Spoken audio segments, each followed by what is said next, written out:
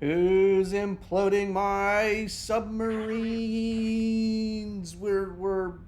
Damn, that's not a good opening. God damn. Oh fuck. That's not gonna age well, much like that 19-year-old kid. And oh shit, we crushed it. We're crushing Sim like the ocean pressure uh squishes up billionaires. And we're back. It's Beer Thunder again, again and again.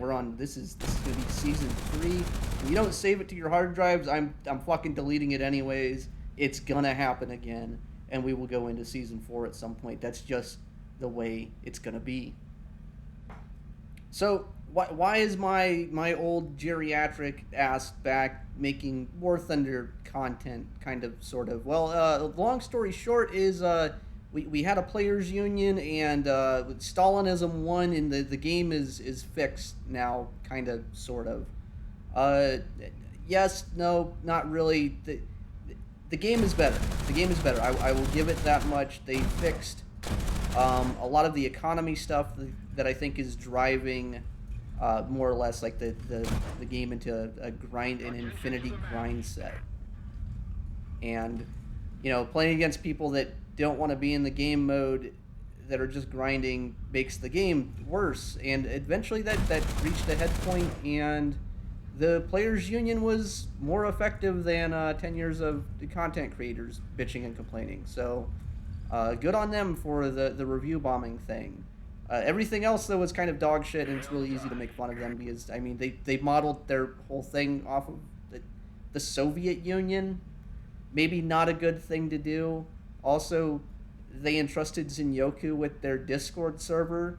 Yeah, that's a dude I wouldn't trust to water a fucking house plant, but I mean, it kind of like imploded as soon as it came to people quitting the game, because it turns out this is an addiction. You can't quit it, or you just don't have the willpower. Go touch grass, like the 5 people that are still within the subreddit. Overall, in the context of the whole entire internet just getting worse, War Thunder's pretty good right now. At least if you compare it to fucking Twitter, or I don't know, fucking Reddit. But anyways, we're doing Sim. It's a Sim channel now. Cope, Seethe, cry about it. I'm not playing RRB anymore. I have done like a couple of games, but it's just I'm rusty, and the economy changes like haven't really changed the player behavior yet. Hopefully it does, and maybe I come back to it. Maybe I enjoy this more now. And I figured for the reintroduction of the Beer Thunder, a good way to do it would be fly out the old cheeseburger.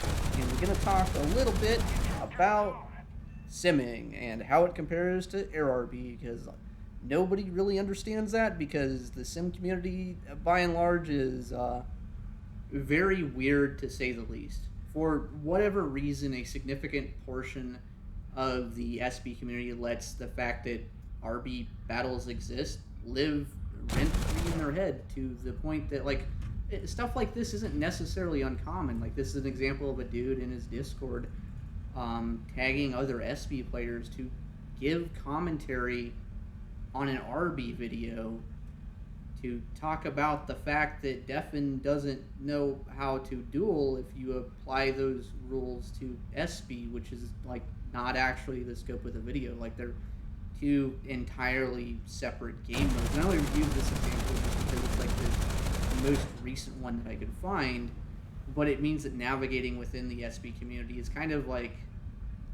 it's just kind of tedious, to be honest. Like, there's just a baked in sense of superiority that comes from flying without markers and flying in a different control scheme, that people that play Sim think that the mode is a lot different than the realistic battles mode, when in reality, like, they end up playing very similar to each other. Like, if you have an understanding of how to play RRB well, it's very easy to take all of those lessons and like translate them over to Sim. Like, yeah, you're playing in cockpit view and you're playing with a different control scheme, and you don't have markers, but the whole concept of energy fighting is more or less the same. The concept of trajectories ends up being more or less the same. The fact that, like, if you commit to a dogfight for too long in Sim, the most likely outcome is that you're going to get third partied by someone that sees you. because as soon as you get in a dogfight, people are spamming the T42 key, which puts a little marker on the map, and people know where to find you. Like, it kind of, like, more or less plays very similarly. It's so similar that even some of the common trends that I notice end up carrying over between both of the game modes. Like, you end up with a dude with a high KD who has some kind of German affiliated name. And they're, like, a lot of the times they're only going to engage you from a massive altitude advantage. And the reason I'm using the two clips that I'm using is because both of these guys were in the same clan at one point. They were both in JG3, and regardless of the game mode, the people with that mentality will play almost exactly the same. It's a strict top to bottom game mode. Look at the most threatening player and get them out of the game first. And the attack counter-attack cycle is more or less the same. Guy comes in above, we go for a shot, we miss the first shot, we dive out, we get some separation, and we try to go for the counter-attack. Now this guy here, he puts on his smoke because he thinks he is won, and we're going to stall in the better position, and we get to shoot him. Now this is a very old clip. It was just a very good one at the time, but it is one that exists on my hard drive. And the only reason this guy was willing to take the fight to begin with is because his plane and my plane were even close to the same category of maneuverability, and I had to go kill his friend first. Now, if we look behind us, we are being trailed by a player named Johannes Seifert, who does the typical JG3 thing of, as soon as you get behind him, he will dive to his airfield, and he will only engage you with a very sizable energy advantage. Now, he's in a 109, and usually he's in a 190, and he usually plays Dover straight, and usually does exactly the same thing, literally only plays Germany, but same idea. We go in, we turn, we go for an attack, we miss the attack, and we're just going to break off. We're not going to follow it up, because if we follow it up, we stall out and die. We're going to go back down. We're going to get a little bit of separation. We're going to turn back in, and we're just going to set up for another counter. And the thing is, between both of these players, the psychology behind them is like almost exactly the same. It's all about maintaining that like very high to kill to death ratio. So it's kind of easy to predict what they're going to do. And go for another attack. We miss, and we don't follow. We're just going to get separation again, and we're going to bait and switch and do it again. And eventually we'll just get lucky. Now, in AirRB, the window of opportunity is a little bit, in some ways it's narrower, in some ways it's wider, because you give a guy a good shot in AirRB, and he's probably going to hit it, where if you give a guy a pretty narrow shot in AirSB, like, it's rather difficult, but when it happens, it feels pretty fucking good, especially with a guy like this. We go in, we do the counterattack, because he's going to go try to maintain energy, because he's focused on working top to bottom, and he gets taken out of the game. And the thing is, the game modes are different, but a lot of the lessons you learn from one can be applied to the next one. Although the execution does tend to be a little bit different. And for me, I actually do like AirSB better. The execution feels more satisfying to me. The execution is more difficult. At the same time, I am back in the mentality of, like, I'm still learning things. Whereas, like, I got to a point with AirRB, and, like, I didn't know everything. I couldn't execute everything, like, on demand or anything, per se. But I had gotten to the point where, like, I felt burnt out. I wasn't really learning anything. And I just didn't want to do it anymore. So, for me, switching to AirSB was just, like, a new way to figure out how to enjoy the game. And, like, I have the other flight simulators, by the way. I have DCS and I have IL-2, but IL-2 doesn't recognize my graphics card, so it runs at 15 frames per second. And DCS is just, like, a different world. It's a different vibe. Like, I appreciate the in-depthness of the system simulation, but at the same time, just jumping into, like, a PvP situation with a stick is a little bit, it takes a little bit longer. It takes a little bit more, like, your in the cockpit experience is arguably better. At the same time, I would argue that the DCS outside the cockpit experience is arguably worse. Now, with that being said, as I play both of the games, that opinion is subject to change in the future. Like, I think the thing that War Thunder ends up doing better than DCS, at least so far, is that it's a better game, although it's a worse simulation. It's really easy to hop into War Thunder and get into some PvP action. You have like a lot of planes to choose from. You have a lot of nuance, and you have just enough realism, even in sim mode, that some of the real life stuff applies. But you still have to adjust it for the game environment, because obviously in real life you're not pulling a 14G initial turn, whereas in War Thunder you can. But that's the same with any kind of simulator game. Like, they don't completely confine themselves to necessarily what you would do in real life. So now that I've honeydicked the audience into sticking around for 10 minutes of commentary, let's talk a little bit about how AirSB ends up being a little bit different. How some ways it's refreshing, some ways it fucking sucks fucking goddamn balls. Number one, AirSB has set battle rating rotations. You know the battle rating range that you are getting into. Some days will be 3-3 to 4-3, and then 4-7 to 5-7, and it rotates. So at any one day of the week, you might be able to fly your favorite plane, and it'll be the top fucking dog of the BR. At the same time, the sim BRs that sometimes don't make any fucking sense. A good example is the Italian P-47 D30.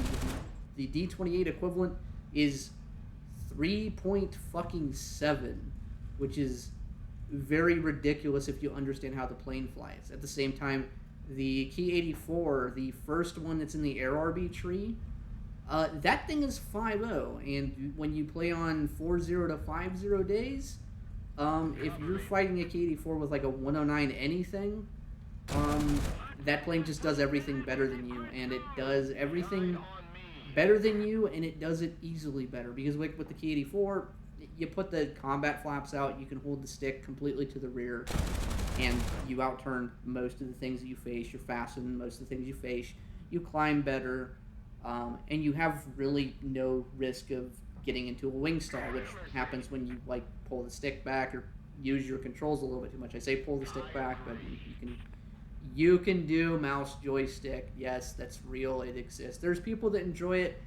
If I didn't have all of the peripherals to do this, I would not play this game mode, because, like, to me, playing with mouse joystick would, quote unquote, break my sense of immersion. It just wouldn't be as fun. It would feel a little bit more synthetic. So I wouldn't recommend this to anyone if you're gonna play on mouse joystick on like a laptop with a tiny screen. But if you have the setup for it, this can be reasonably fun. On the other hand, there needs to be like a whole guide to figuring out how to enjoy sim, because holy fuck, like my first like month to 2 months in this, like just the tediousness of finding games that will be fun to play and are not more or less just empty, or people farming, or people bombing, or people just doing nothing. That's a whole like skill and of its own right. Like, you know how you don't play AirRB around 6.0? Well, guess what? You don't play AirSB around 6.0 against Germany, because it's the same fucking thing. It's Ju-288s. They're not fun to fight in AirRB. They're even less fun to fight in AirSB, because you are in this kind of handicapped mode where you have to aim the plane and use your controls, and they just have the mouse aim gunner, so they're literally just as lethal in SB as they are on RB, but you have all the same disadvantages, and they can just kill you from the same distance, so you just kind of cope and cry about it. It's actually not that fun. So you really have to learn how to avoid the shit that sucks. Now, on the other hand, or the other foot, or whatever fucking appendage you want it to be on, there are planes that end up being a lot more playable in simulator battles than they are in realistic battles. Like, the first thing that comes to mind is the MB5, the British P-51 kind of thing with shorter wings that like really sucks in RB because we don't have any match presence, is extremely good in SB because it's ridiculously fast, a little bit lower than you are, and it's relatively easy to aim, and it just has a lot of stuff going for it. And like people can more or less carry games in that. The same thing applies to this thing that I'm flying, the F6F5N. In RB, the radar's useless, the flight model is meh, But in Air SB, the flight model is still kind of meh. But you do have like the initial turn. You do have all of the same normal stuff. But in this mode, the radar is useful. The radar does um, identify friend and foe. You can actually look for people on the radar, use it effectively, and the flight model is good enough that it can do things. Also, at the same time, like climbing to 5,000 meters as fast as possible, climbing to 6,000 meters as fast as possible, is not necessarily the best way to maintain match presence in SB. You can kind of mix it up as things go along. Now, that isn't to say that a strict top to bottom team strategy isn't literally the most effective thing that you can do, because it is in any of the game modes. But there's enough leeway to work with in most of these games that like it's relatively speaking more interesting to me. Really, the only major flaw in the game mode, at least at this point with the economy changes that are happening, is that like not enough people play it. Anyways, Beer Thunder's back. Thanks for attending my TED Talk. I don't know, donate to my beer fund in the future.